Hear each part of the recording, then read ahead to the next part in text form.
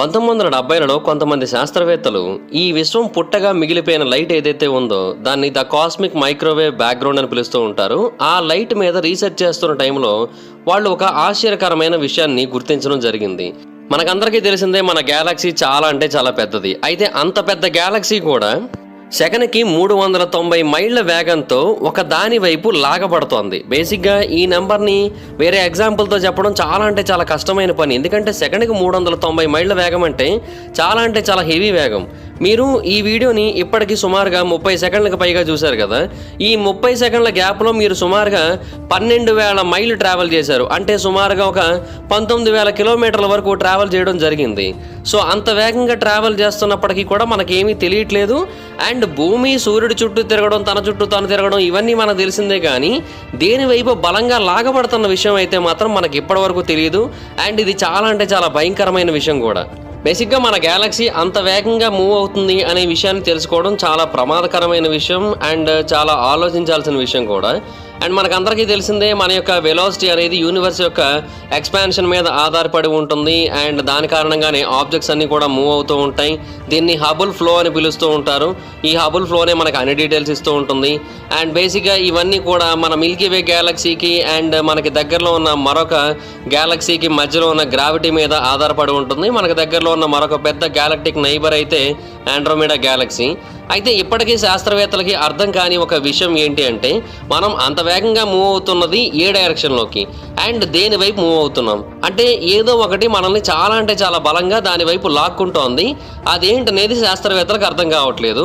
And అది ఒక పెద్ద ఆబ్జెక్ట్, ఆ ఆబ్జెక్టే తన వైపుకి అన్నింటినీ లాక్కుంటోంది అని అయితే అర్థమవుతోంది. అండ్ ఫర్దర్ స్టడీస్లో తెలిసిన విషయం ఏంటి అంటే, కేవలం మన గ్యాలక్సీని మాత్రమే కాదు, ఈ విశ్వంలో ఉన్న మొత్తం 1,00,000 గ్యాలక్సీలని అంటే సుమారుగా 500 మిలియన్ లైట్ ఇయర్స్ ప్రాంతంలో విస్తరించి ఉన్న గ్యాలక్సీలన్నింటినీ కూడా ఆ పెద్ద ఆబ్జెక్ట్ తన వైపుకు లాక్కుంటోంది. అదేంటనేది ఎవరికి కూడా పూర్తి స్థాయిలో అర్థం కావట్లేదు. ఆస్ట్రోనమర్స్ ఆ మిస్టీరియస్ ఆబ్జెక్ట్ని ద గ్రేట్ అట్రాక్టర్ అని పిలవాలని అయితే నిర్ణయించుకున్నారు. ఎందుకంటే అది అన్నిటినీ తన లోపలికి లాక్కుంటుంది కాబట్టి. అయితే దీనికి పేరు పెట్టినంత ఈజీ కాదు. ఇదేంటి, ఇది ఎందుకు ఇలాగ తన లోపలికి అన్నిటినీ లాక్కుంటుంది అని కనుక్కోవడం. ఎందుకంటే పేరుదేముంది, అది చేస్తున్న పనిని బట్టి ఈజీగా పెట్టేశారు. కానీ అది ఎందుకు అలా చేస్తోంది, ఎలా చేయగలుగుతోంది, ఇదైతే మాత్రం ఎవరికీ అర్థం కావట్లేదు. బేసిక్గా ఈ విశ్వంలో ఉన్న దేన్నైనా సరే ఒకే ఒక్క శక్తి మాత్రమే కంట్రోల్ చేయగలదు. ఆ శక్తి ఏంటో మనకందరికీ తెలిసిందే, అదే ప్రేమ అని చెప్తాను అనుకున్నారా? కాదు, అదే గ్రావిటీ. గ్రావిటీ అనేది మాస్ ద్వారా క్రియేట్ చేయబడుతుంది. ఏదైనా ఆబ్జెక్ట్ యొక్క మాస్ కనుక ఎక్కువ ఉన్నట్టయితే దాని గ్రావిటేషనల్ ఫోర్స్ కూడా చాలా ఎక్కువ ఉంటుంది.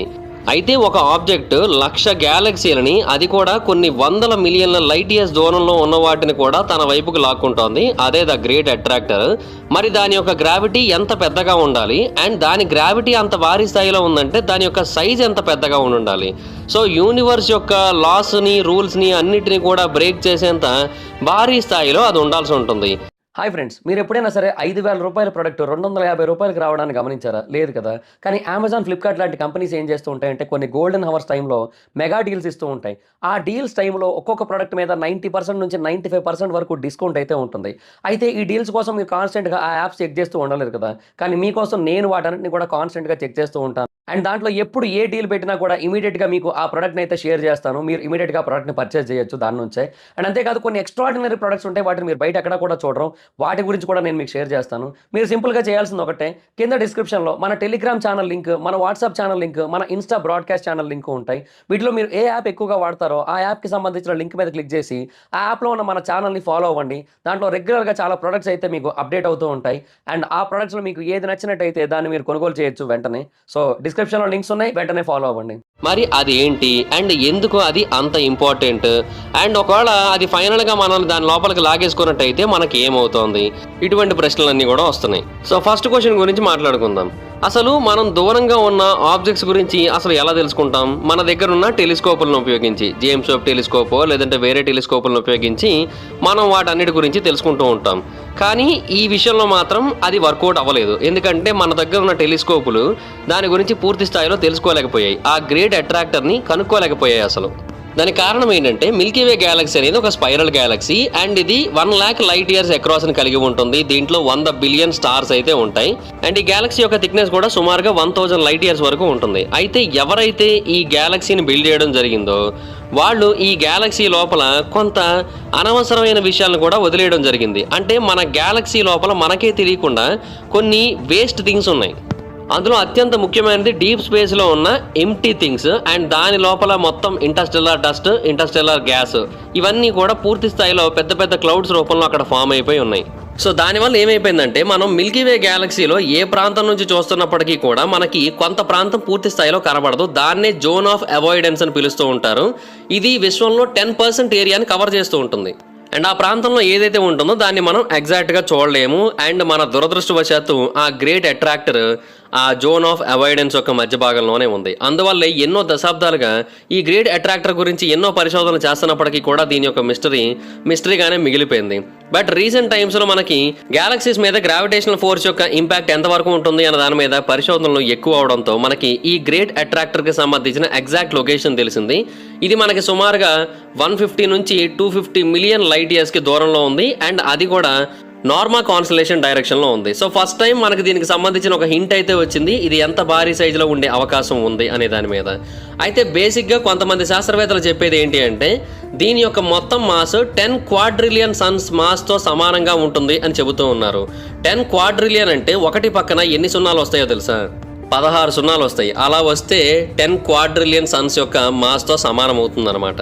అయితే కొంతమంది దీన్ని యాక్సెప్ట్ చేయట్లేదు, ఎందుకంటే అసలు ఈ నెంబర్ ఎలాంటి సెన్స్ని కూడా క్రియేట్ చేయట్లేదు. ఎందుకంటే మన విశ్వంలో ఉన్న అతిపెద్ద సింగిల్ ఎంటిటీ ఏంటి అంటే అల్ట్రా మాసివ్ బ్లాక్ హోల్, దాన్ని 10618 అని పిలుస్తూ ఉంటారు. ఇది చాలా అంటే చాలా పెద్ద ఆబ్జెక్ట్ అండ్ ఈ విశ్వంలో ఉన్న అతిపెద్ద సింగిల్ ఎంటిటీ ఇదే అని శాస్త్రవేత్తలు నమ్ముతూ ఉంటారు.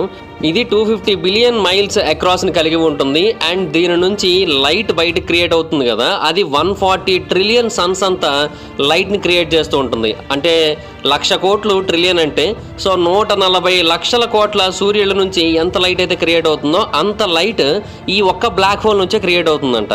సో బేసిక్గా ఇది చాలా అంటే చాలా పవర్ఫుల్ బ్లాక్ హోల్ అండ్ చాలా అంటే చాలా భారీ స్థాయిలో ఉంటుంది. సో ఈ విశ్వంలో ఉన్న అతిపెద్ద ఆబ్జెక్ట్ ఇదే అని శాస్త్రవేత్తలు, ఆస్ట్రోనామర్స్ నమ్ముతున్నారు. కానీ ప్రాబ్లం ఏంటంటే అంత భారీ స్థాయిలో ఉన్నప్పటికీ కూడా ఇది కేవలం 66 బిలియన్ సోలార్ మాసెస్ని మాత్రమే కలిగి ఉంటుంది. అంటే ఇప్పుడు మనం ఏదైతే గ్రేట్ అట్రాక్టర్ గురించి మాట్లాడుకుంటున్నామో దాని దరిదాపుల్లో కూడా లేదు ఇది. దీనికంటే 150,000 రెట్లు పెద్దగా ఉంది ఆ గ్రేట్ అట్రాక్టర్ అనేది.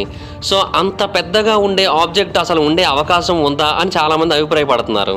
అయితే రీసెంట్గా కొంతమంది శాస్త్రవేత్తలు ఇంకొక భారీ ఆబ్జెక్ట్ని కనుగొనడం జరిగింది విశ్వంలో. అది కూడా అల్ట్రా మ్యాసివ్ బ్లాక్ హోలే. దాని పేరు ఫినిక్స్ ఏ. దీని యొక్క total mass 100 billion solar masses. But అలా చూసుకున్నా కూడా ఇది కూడా ద గ్రేట్ అట్రాక్టర్కి దరిదాపుల్లో కూడా లేదు కదా. అండ్ ఇన్ఫ్యాక్ట్ ఈ ఫినిక్స్ ఏ అనే దాని యొక్క మాస్ గురించి ఇప్పటికీ డిబేట్స్ నడుస్తున్నాయి, అది నిజమా కాదా అనే దాని మీద. బట్ ఒకవేళ నిజం అనుకున్నప్పటికీ కూడా అది కూడా దగ్గరలో లేదు కదా. సో ఈ గ్రేట్ అట్రాక్టర్ అనేది అంత పెద్దగా ఉండే అవకాశం ఉందా? అండ్ ఉన్నట్టయితేనే మరి ఆ గ్రావిటేషనల్ ఎఫెక్ట్ అనేది అంత భారీ స్థాయిలో పనిచేసే అవకాశం ఉంటుంది కదా అని అయితే చాలామంది అభిప్రాయపడుతున్నారు. అయితే రీసెంట్గా దీని మీద చేసిన కొన్ని పరిశోధనలు ఫైనల్గా మనకి ఒక మంచి పాజిటివ్ రిజల్ట్ని తీసుకొచ్చాయనే చెప్పాలి. నేను ఆల్రెడీ చెప్పాను, దీన్ని డైరెక్ట్గా స్టడీ చేయడం అనేది ఆల్మోస్ట్ ఇంపాసిబుల్. అండ్ రెగ్యులర్ టెలిస్కోపులను ఉపయోగించి పరిశోధనలు చేసినట్టయితే దీనికి సంబంధించిన ఎలాంటి రిజల్ట్ రాదని. సో అందుకే శాస్త్రవేత్తలు ఏం చేశారంటే ఒక లేటెస్ట్ టెక్నాలజీని ఉపయోగించారు. అదే విజిబుల్ వేవ్ లెన్స్ LMS టెక్నాలజీని ఉపయోగించారు.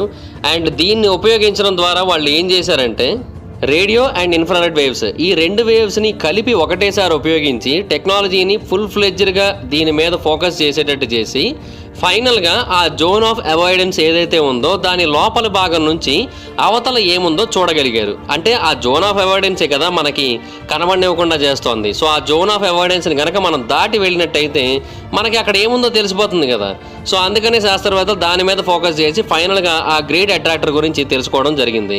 ఇంతకీ శాస్త్రవేత్తలకి అక్కడ ఏం కనిపించిందో తెలుసా? పెద్ద ఆబ్జెక్ట్ ఏమీ కనిపించలేదు. ఈ విశ్వంలోకెల్లా అతిపెద్ద object, obese black hole, intergalactic megastructure ఇలాంటివి ఏమీ కనిపించలేదు. లేదంటే అడ్వాన్స్డ్ ఏలియన్స్ రేస్ నిర్మించిన ఏదైనా స్పేస్ షిప్ ఇలాంటివి కూడా ఏమీ కనిపించలేదు. వాళ్ళకి అక్కడ కనిపించింది ఏంటంటే మరికొన్ని గ్యాలక్సీలు, అది కూడా తక్కువ సంఖ్యలో కాదు, కొన్ని వందల సంఖ్యలో గ్యాలక్సీస్ అయితే కనపడటం జరిగింది. సో ఆ గ్యాలక్సీలన్నీ చూసినప్పుడు వాళ్ళకి ఏం అర్థం కాలేదు. బట్ ఫైనల్గా మెల్లిమెల్లిగా శాస్త్రవేత్తలు దాని మీద మరికొన్ని పరిశోధనలు చేస్తూ ఆ గ్రేట్ అట్రాక్టర్ యొక్క ట్రూ నేచర్ ఏంటో తెలుసుకున్నారు. అండ్ అది ఏం చేస్తుందో కూడా తెలుసుకున్నారు. దీని గురించి మనం అర్థం చేసుకోవాలంటే కొంచెం డీటెయిల్గా తెలుసుకోవాల్సి ఉంటుంది. అండ్ అలా తెలుసుకోవాలి అంటే మనం విశ్వం పుట్టిన టైంకి వెళ్లాల్సి ఉంటుంది. బేసిక్గా ఆ టైంలో గ్యాలక్సీలు అనేవి దేనికి దాన్ని సెపరేట్గా ఉన్నాయి, కానీ అవన్నీ కూడా క్లస్టర్స్ రూపంలో ఫామ్ అవడం అలాంటివి ఏమీ లేవు. అవి స్పేస్లో అక్కడొకటి అలాగా చల్లా చెదురైపోయి ఉండేవి. అండ్ ఆ టైంలో ఈ విశ్వం అంతా కూడా ఒక పెద్ద స్ట్రక్చర్ లాగా ఉండేది. అండ్ ఆ స్ట్రక్చర్నే మనం అందరం కూడా కాస్మిక్ వెబ్ అని పిలుస్తూ ఉంటాం. అయితే శాస్త్రవేత్తలు ఇప్పటికీ కూడా ఈ కాస్మిక్ వెబ్ అనే స్ట్రక్చర్ ఎందుకు ఉంది అనే దాని మీద ఎలాంటి క్లారిటీని కూడా ఇవ్వలేకపోతూ ఉంటారు. బట్ కామన్ థియరీ ఏంటంటే ఎర్లీ యూనివర్స్ అంటే మొదటి యూనివర్స్ ఇప్పుడున్నంత పర్ఫెక్ట్గా లేదు, దాంట్లో చిన్న చిన్న ఫ్లక్చువేషన్స్ ఉన్నాయి.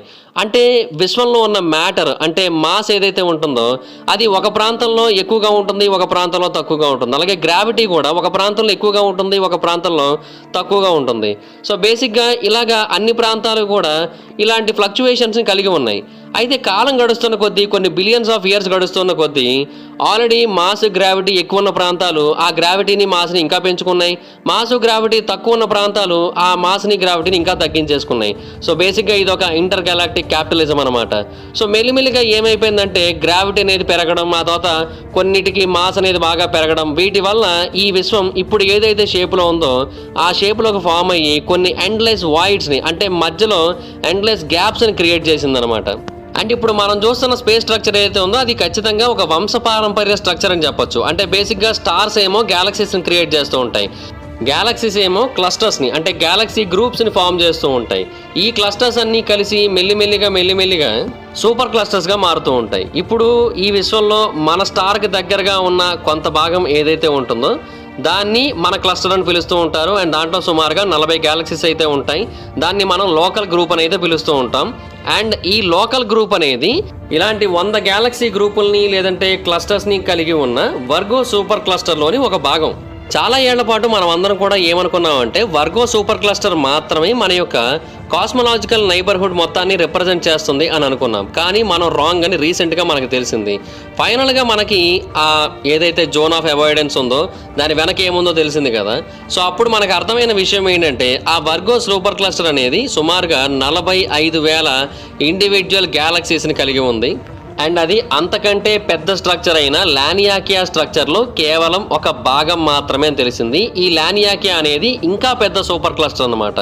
సో బేసిక్గా ఇప్పుడు మనకు అర్థమైన విషయం ఏంటంటే ఓకే, మనకి ఇప్పటివరకు తెలిసిన దానికంటే ఇంకా తెలుసుకోవడానికి చాలా విషయాలు ఉన్నాయి. అండ్ ఈ లానియాకియా సూపర్ క్లస్టరే చాలా అంటే చాలా పెద్దది.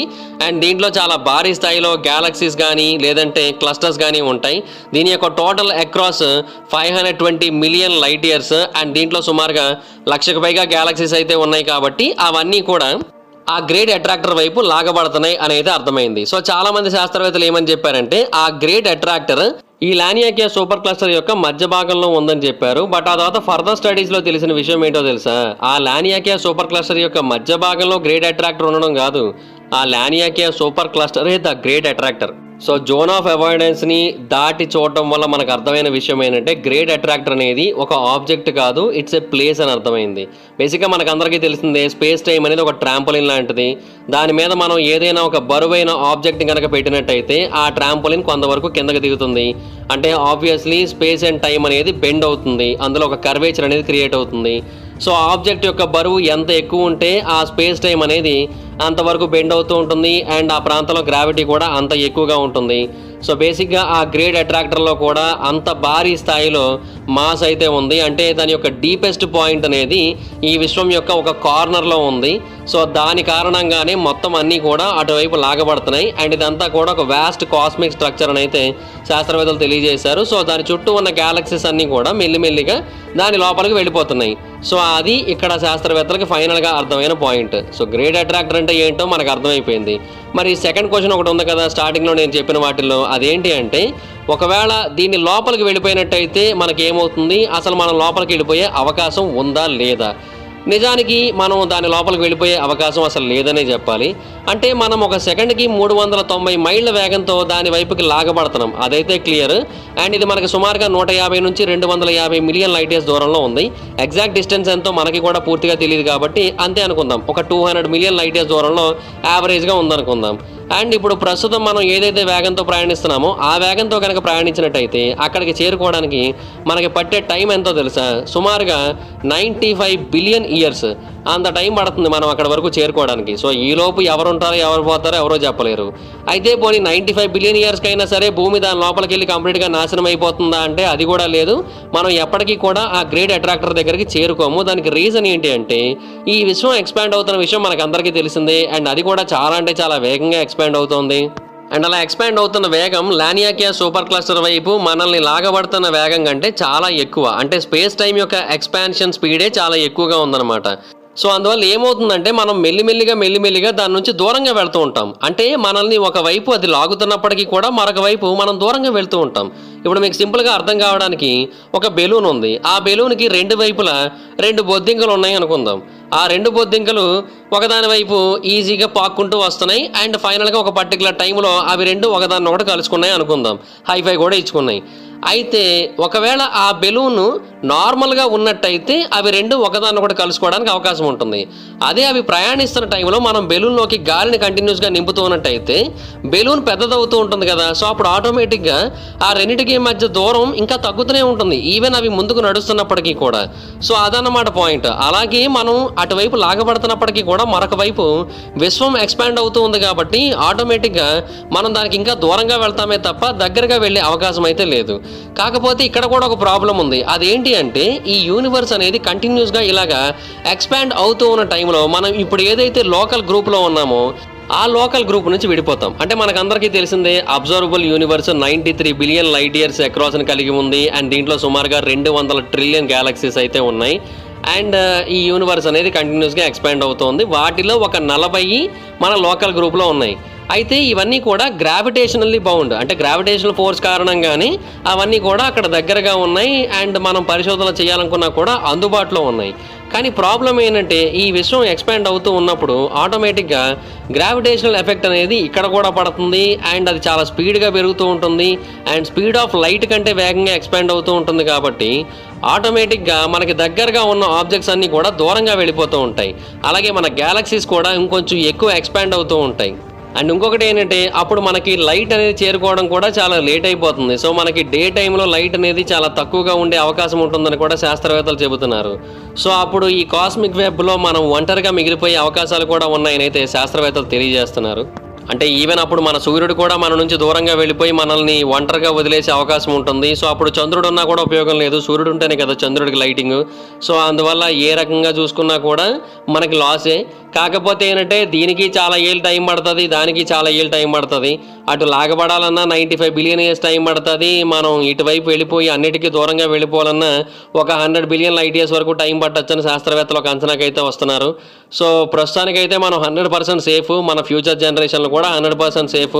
సో ప్రాబ్లం అయితే ఏమీ లేదు.